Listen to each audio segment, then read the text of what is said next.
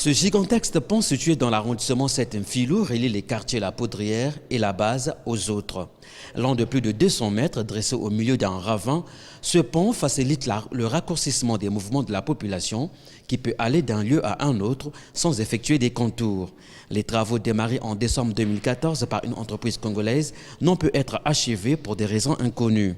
Voilà qui pose un problème pour la circulation des véhicules transportant des marchandises, car jusque-là, seules les motos circulent en se faufilant sur les trottoirs. Consciente de cette situation, la population ne partage pas les mêmes avis. Oui, l'impression elle est bonne. On a été très satisfaits d'avoir ce beau bijou. Malheureusement, ça fait un bout de temps que c'est là, mais sauf que rien n'est finalisé.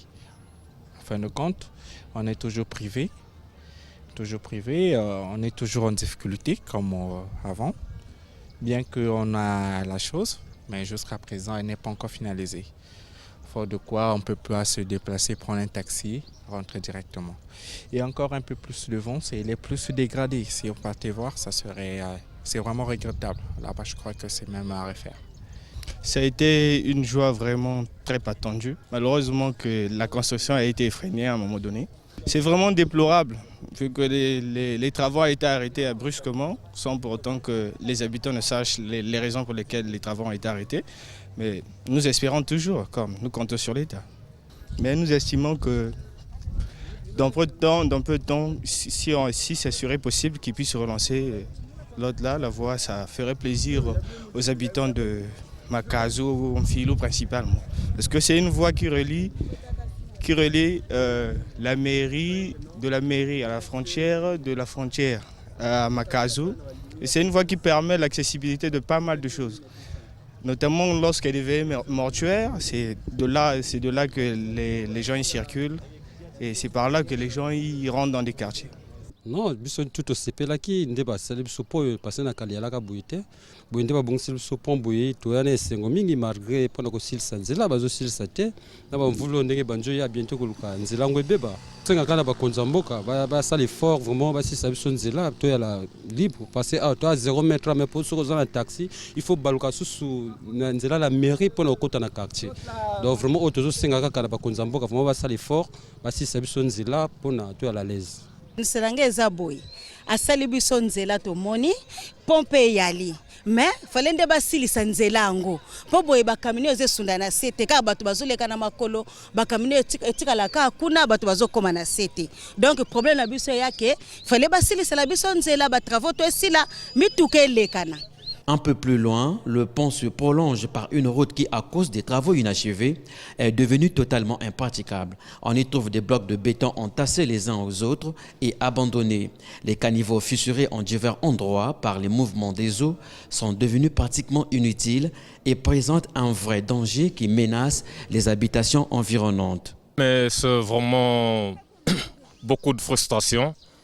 Moi personnellement, ça fait plus de 5 ans depuis que je suis dans la zone. En arrivant ici, tout était normal.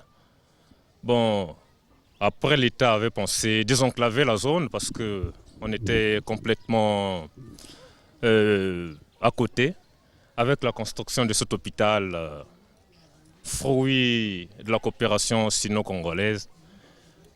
Bon, il y a eu l'entreprise Socofran qui avait commencé les travaux. Et on nous a fait croire que les travaux c'était pour peu de temps, 2-3 mois et ça allait prendre fin. Nous étions branchés là, on a eu une grande difficulté d'eau aujourd'hui là. Nous étions connectés, mais après il fallait couper pour la circonstance et permettre à l'entreprise de travailler normalement. Mais ça fait plus de 5 ans depuis qu'on est resté ici déconnecté. Donc d'abord il y a eu une grande difficulté d'eau, il faut aller plus loin pour aller s'approvisionner. Et ici même, il n'y a pas possibilité quand il y a une situation de maladie, un cas de force majeure, alors, tel que vous êtes en train de le constater ici, alors, un malade, il faut le mettre d'eau, il n'y a pas possibilité de faire déplacer un taxi pour porter le malade. Donc vraiment, c'est une situation qui nous préoccupe. Vraiment, nous voulons une solution immédiate, que l'État vraiment honore ses engagements tel qu'il avait commencé, nous voulons que les choses s'accélèrent aujourd'hui là, parce que là, on est à l'approche de la saison des pluies. Et tel que vous le constatez, si la pluie arrivait et que rien n'est fait, ces maisons seront menacées. Donc voilà, je lance un vibrant appel aux autorités de faire quelque chose, de regarder ces dangers qui pointent là. Si rien n'est fait à l'avenir, cette route serait un obstacle permanent pour ces populations.